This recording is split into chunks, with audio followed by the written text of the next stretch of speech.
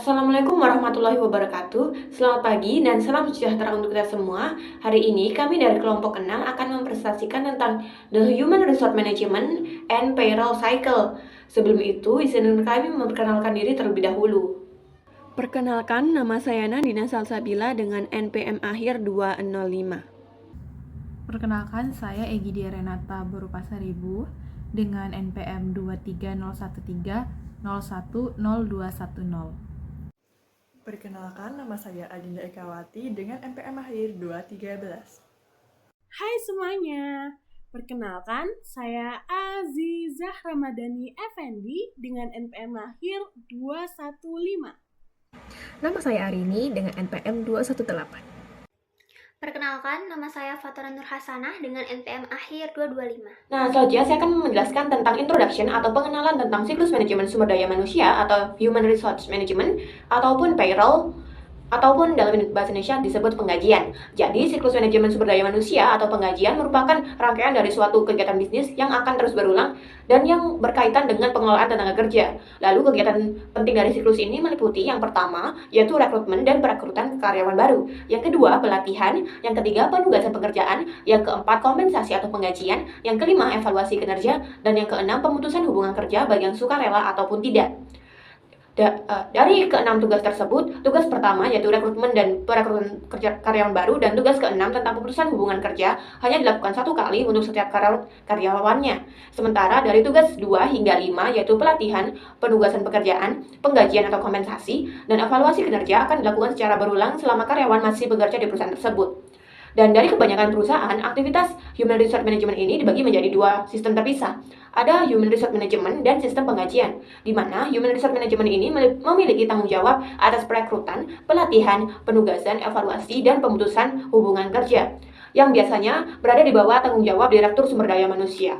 Dan sedangkan sistem penggajian berfokus pada pembayaran karyawan atau pemberian upah pada gaji pada karyawan, di mana biasanya dikelola oleh bagian akuntansi atau pengendalian keuangan.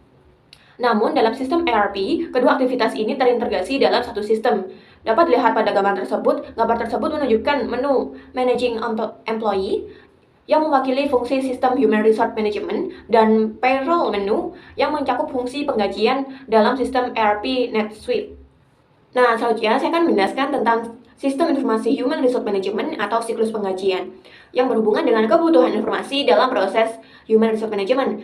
Jadi, keberhasilan organisasi sangat bergantung pada karyawan yang terampil dan termotivasi, terutama dalam organisasi jasa profesional seperti firma akuntansi dan firma hukum, di mana keterampilan dan pengetahuan dari karyawan adalah komponen utama dalam produk mereka. Lalu pada sektor manufaktur, meskipun biaya tenaga kerja langsung hanya sebagian kecil dari total biaya, kualitas pekerjaan karyawan tetap berpengaruh besar pada produktivitas dan tingkat cacat dari produk tersebut. Dan untuk memaksimalkan potensi karyawan, sistem HRM atau penggajian harus mampu mengumpulkan data dan menyimpan data yang diperlukan untuk menjawab beberapa pertanyaan penting.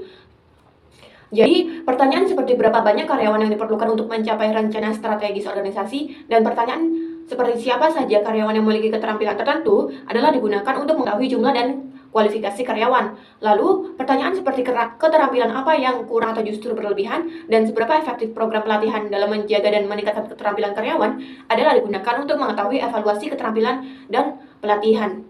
Lalu, pertanyaan seperti apakah kinerja organisasi secara keseluruhan meningkatkan atau menurun, dan pertanyaan seperti apakah terdapat masalah dengan turnover atau keterlambatan atau ketidakhadiran karyawan, merupakan pertanyaan yang digunakan untuk mengetahui bagaimana penilaian kinerja dari suatu karyawan. Nah, berkaitan dengan kebutuhan informasi dalam proses Human Resource Management selanjutnya, jadi banyak organisasi berinvestasi dalam Knowledge Management System atau sistem manajemen pengetahuan yang digunakan untuk mengoptimalkan pemanfaatan keterampilan dan pengetahuan karyawan. Jadi, KMS berfungsi sebagai direktori untuk mengidentifikasi keahlian yang dimiliki karyawan, menyimpan pengetahuan, dan memungkinkan untuk diakses serta digunakan oleh karyawan lain. Sistem ini terbukti meningkatkan produktivitas terutama pada perusahaan konsultan yang sering menangani masalah klien serupa. Dengan KMS, solusi yang berhasil dapat digunakan sebagai template untuk kebutuhan klien lain, sehingga dapat menghemat waktu dan memungkinkan pembelajaran lintas lokasi. Lalu, dalam hal mengelola turnover dan meningkatkan moral karyawan, turnover yang tinggi dapat menyebabkan gaya besar bagi karyawan, terutama biaya iklan, seleksi, pelatihan, dan adaptasi karyawan baru. Selain itu, turnover juga dapat menurunkan produktivitas hingga karyawan baru sepenuhnya terbiasa dengan pekerjaannya.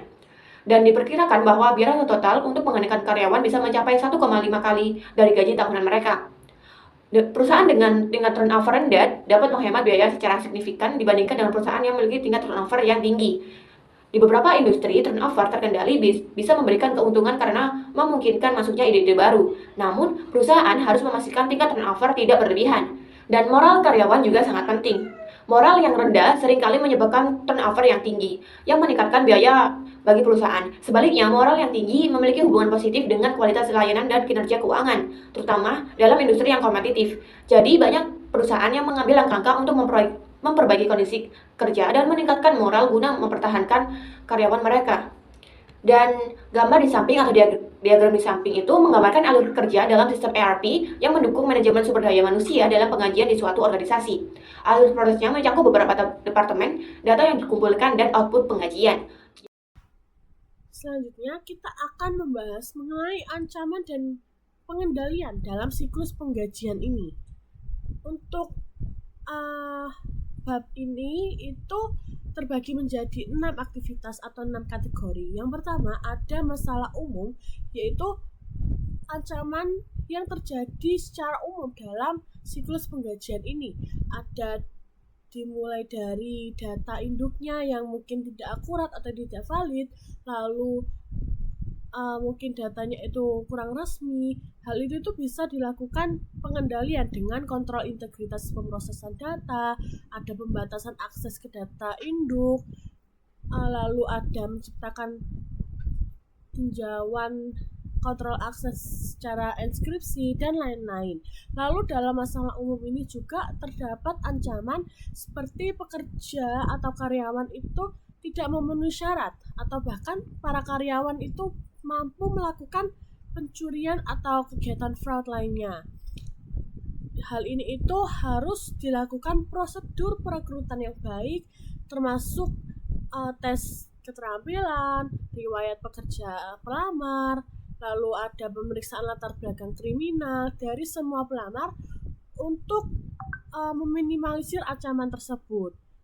Lalu yang terakhir dalam masalah umum ini ada pelanggaran hukum ketenagakerjaan.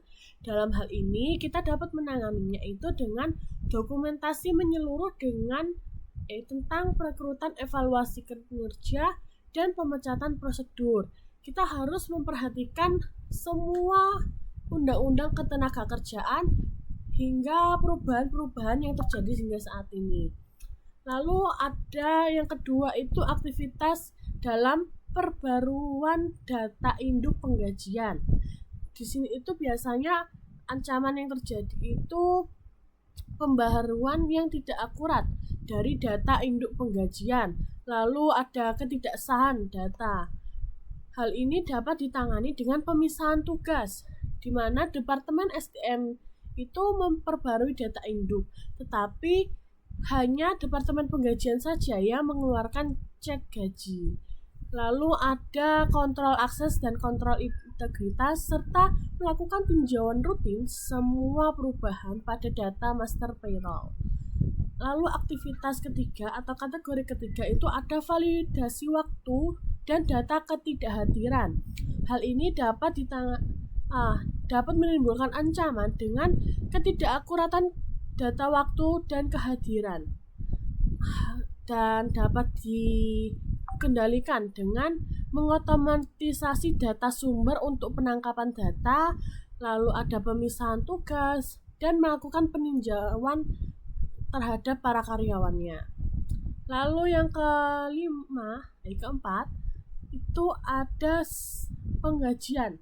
Dalam mempersiapkan penggajian itu terdapat ancaman di mana akan timbul kesalahan atau fraud dalam pemrosesan penggajian.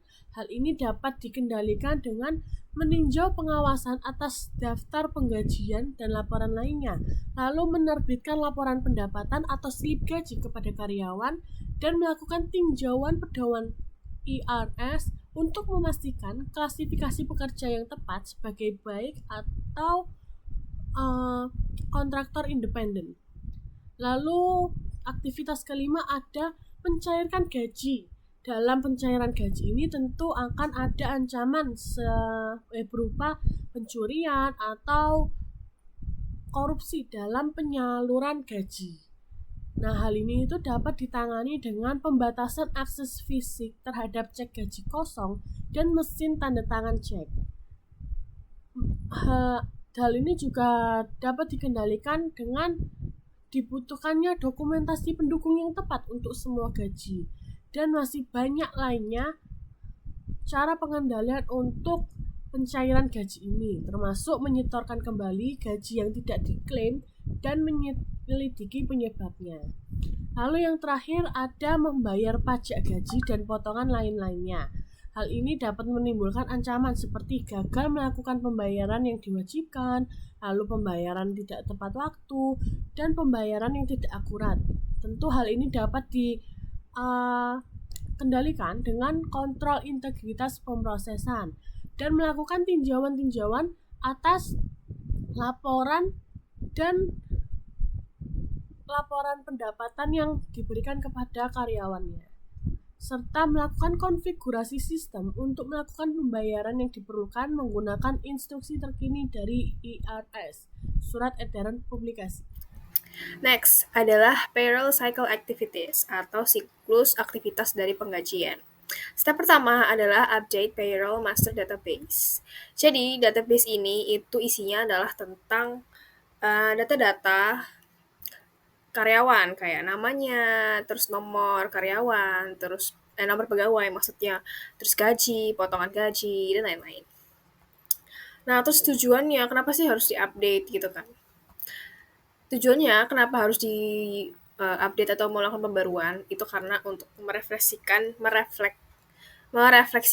jikalau ada perubahan-perubahan kayak ada karyawan yang baru masuk, terus karyawan yang keluar, terus ada yang kenaikan gaji, ada yang potong gaji, atau ada kayak perubahan peraturan perpajakan, kebijakan dan lain-lain.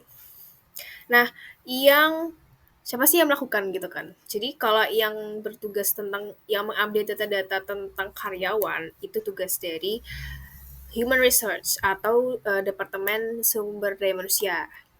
Nah, tapi kalau yang penggajian itu yang melakukan adalah departemen dari penggajiannya tersebut.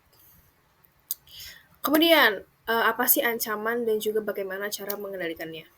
Jadi untuk ancaman di step ini itu kayak adanya perubahan yang nggak sah. Jadi bisa menyebabkan pembayaran gajinya itu kayak nggak tepat atau salah, keliru gitu. Terus ada pencurian bahkan dan juga kesalahan dalam pelaporan pajak. Nah, gimana ya cara mengendalikannya?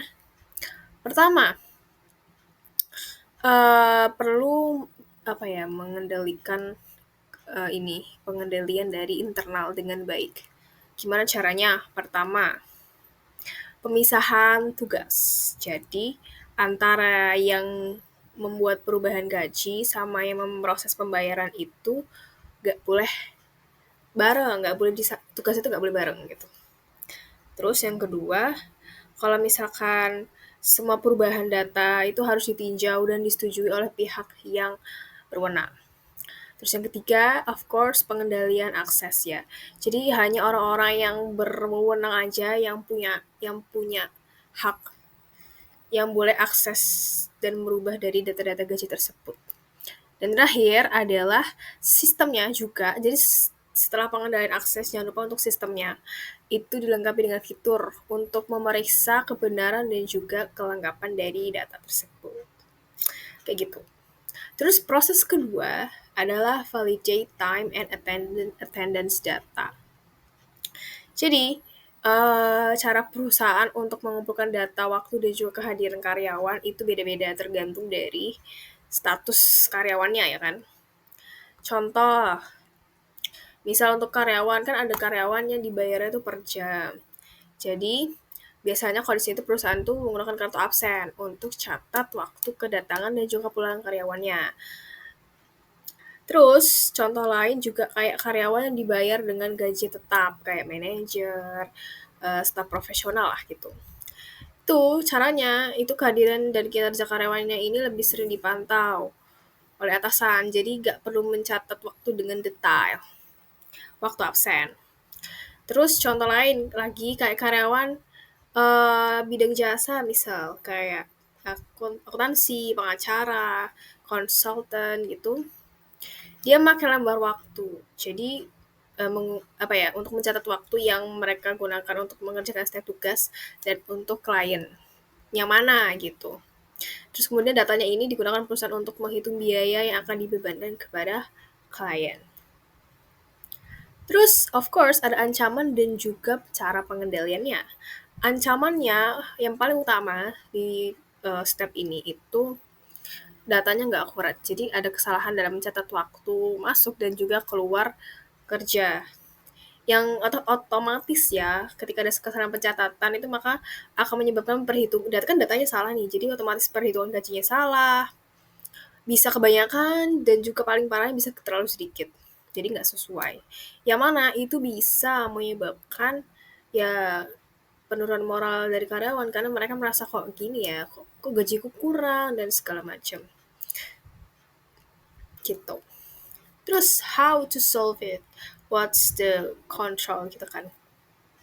Pertama, otomatisasi pengumpulan data. Misal, karena sekarang udah canggih, of course perusahaan tuh bisa pakai mesin absensi kayak pakai kartu. Kalau misalkan kalian tahu bisanya lanyard BUMN ya kan itu buat absen biasanya. Atau pakai sidik jari juga bisa yang kayak gini biasanya. Terus yang kedua bisa verifikasi identitas, jadi pakai biometrik sidik jari yang tidak aku bilang. Terus juga of course pengendalian data, jadi ada pemeriksaan data dan juga menerapkan batas maksimum jam kerja, jadi supaya tahu nih apa sih maksimumnya berapa untuk mencegah kesalahan pencatatan. Terus bisa juga dengan of course pemisahan tugas ya. Pemisahan tugas itu penting banget, jadi nggak boleh disatuin tugasnya antara yang mengelola data waktu dan juga orang yang mengelola data waktu untuk menghitung biaya produksi. Terus juga of course atasan melakukan peninjauan dan yang terakhir adalah pemantauan karyawan yang bekerja dari rumah. Jadi karyawan kan nggak semuanya itu offline WFO ya kan, ada WFH. Nah itu juga tetap harus dipantau gitu. Nah, selanjutnya kita akan membahas mengenai prepare payroll atau mempersiapkan penggajian. Nah, di dalam prepare payroll ini akan terdapat dua pembahasan, yaitu mengenai prosesnya dan juga treat and control-nya. Nah, untuk yang prosesnya yaitu kan terdapat flowchart nih tentang payroll batch processing atau alur proses penggajian batch. Nah, alurnya itu yang pertama yaitu input data, jadi data kartu waktu atau time card data dan data job time ticket itu kan berasal dari bagian HR atau departemen lain yang melaporkan waktu kerja karyawan. Nah, kedua jenis data ini lalu dikirimkan ke bagian computer operation yang akan memulai proses. Nah, lalu yang kedua yaitu pengeditan dan pengurutan. Nah, pada bagian ini itu akan memeriksa dan mengurutkan data transaksi payroll untuk memastikan semuanya sudah benar dan siap untuk diproses. Nah, di sini itu dilakukan pengecekan jika ada kesalahan atau ketidaksesuaian data. Nah, selanjutnya yaitu yang ketiga transaksi payroll yang telah diurutkan. Jadi setelah proses pengeditan selesai, transaksi payroll yang sudah diurutkan akan dilanjutkan ke tahap berikutnya, yaitu persiapan payroll. Nah, selanjutnya yang keempat yaitu persiapan payroll. Jadi pada tahap ini, sistem akan mempersiapkan data penggajian yang perlu diproses. Jadi sistem akan menarik data dari berbagai sumber, yaitu dari HRM atau payroll master data, lalu dari payroll register, lalu dari general ledger, dan dari disbursement voucher. Nah, selanjutnya yang kelima yaitu pencatatan payroll. Jadi setelah persiapan selesai, account payable akan meninjau dan menyetujui transaksi payroll untuk memastikan tidak ada kesalahan. Nah, payroll yang sudah disetujui akan dicatat dalam sistem untuk kemudian dilanjutkan ke tahap pembayaran. Nah, lalu yang keenam yaitu persetujuan dan pembayaran oleh kasir. Nah, payroll register and disbursement voucher itu akan diserahkan ke bagian kasir untuk dilakukan tinjauan ulang. Nah, setelah ditinjau, kasir akan memindahkan dana dari bank untuk pembayaran gaji. Nah, kasir kemudian menghasilkan cek yang nantinya akan digunakan untuk pembayaran gaji. Selanjutnya yang terakhir yang ketujuh yaitu penandatanganan cek. Jadi cek yang sudah dicetak itu harus ditandatangani oleh otoritas yang berwenang sebelum didistribusikan. Nah, setelah cek ditandatangani, cek tersebut akan dibagi menjadi dua, yaitu untuk gaji karyawan dan juga untuk pajak payroll dan pembayaran lainnya. Nah, selanjutnya yaitu kita akan bahas mengenai threat and control atau ancaman dan juga kontrol. Jadi yang pertama untuk ancamannya, jadi pemrosesan penggajian itu akan menghadapi beberapa ancaman, seperti kesalahan penggajian yang dapat menurunkan semangat kerja karyawan. Nah, jika pembayaran gaji terlambat atau salah. Selain itu, penalti dan denda dapat muncul dari kesalahan dalam perhitungan pajak atau garnish. Nah, yang terakhir, kesalahan klasifikasi pekerja antara karyawan dan juga kontraktor independen dapat menyebabkan kewajiban dan denda pajak yang signifikan. Nah, selanjutnya untuk kontrolnya, yang pertama yaitu total batch, yaitu menghitung total batch pada saat entry data dan memverifikasinya dengan total yang dihitung pada setiap tahap pemrosesan. Lalu yang kedua yaitu memeriksa ulang daftar penggajian, jadi memastikan bahwa total gaji bersih sama dengan gaji kotor dikurangi dengan potongan. Lalu yang ketiga, yang terakhir yaitu rekening clearing penggajian, jadi menggunakan rekening clearing untuk memverifikasi keakuratan dan kelengkapan catatan biaya penggajian. Baik, saya akan melanjutkan materi berikutnya ya, di mana kita akan membahas disbursed payroll atau proses pengajian. Nah, jadi proses pengajian di sini tuh termasuk dari langkah-langkah dalam proses pengajian serta ancaman dan pengendalian yang diperlukan untuk menjaga keamanan dan keakuratan sistem pengajian. Jadi untuk prosesnya itu ada 4: persiapan dan transfer, distribusi cek, efisiensi deposit langsung, dan alternatif untuk karyawan tanpa rekening bank. Jadi persiapan dalam transfer ini kita bisa melakukan setelah cek gaji disiapkan, bagian hutang atau accounts payable meninjau dan menyetujui daftar gaji, lalu mengotorisasi transfer dana dari akun utama perusahaan ke akun pengajian. Lalu yang kedua yaitu distribusi cek, nantinya kasir akan mentransfer dana, lalu menandatangani dan mendistribusikan cek gaji serta menyetor kembali cek yang tidak diklaim untuk diaudit. Nah, pada yang ketiga ini efisiensi deposit langsung. Jadi deposit langsung ini meningkatkan efisiensi dengan mengirim gaji langsung ke rekening karyawan bank. Upaya ini juga dapat mengurangi biaya percetakan dan distribusi cek. Jadi lebih menghemat biaya dan lebih safety karena langsung diberikan kepada penerima gaji. Lalu yang keempat yaitu alternatif untuk karyawan tanpa rekening bank. Nah, walaupun sekarang ini di era yang canggih dan digital, semua apa-apa itu serba praktis, namun tak banyak bahwa saat ini juga karyawan tidak memiliki rekening bank. Jadi, untuk solusinya karyawan yang tidak memiliki rekening dapat menerima kartu debit pengajian untuk akses mudah ke gaji mereka. Lalu untuk ancaman dan pengendaliannya, yang pertama yaitu kita bisa memberikan resiko utama adalah pencurian atau penerbitan cek palsu kepada karyawan yang telah dipecat. Nah, hal itu bisa menimbulkan kerugian. Jadi untuk pencegahannya kita bisa membatasi akses ke cek dan otorisasi transfer transfer dana elektronik, lalu juga dokumentasi yang diperlukan untuk penandatanganan cek. Nah, dan juga pemisahan tugas. Jadi dengan pemisahan tugas ini membantu petugas distribusi cek tidak lagi memiliki tanggung jawab penggajian lainnya. Lalu melakukan perlindungan database dengan autentikasi multifaktor. Nah, yang terakhir mungkin kita bisa melakukan audit internal untuk memverifikasi keabsahan cek yang tidak diklaim dan memastikan dikembalikan ke bendahara.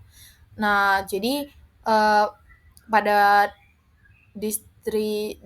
materi disbursed payroll ini menyoroti pentingnya kontrol ketat dan langkah-langkah keamanan dalam proses penggajian untuk mencegah kecurangan dan memastikan efisiensi distribusi gaji. Untuk materi selanjutnya akan dijelaskan oleh rekan saya.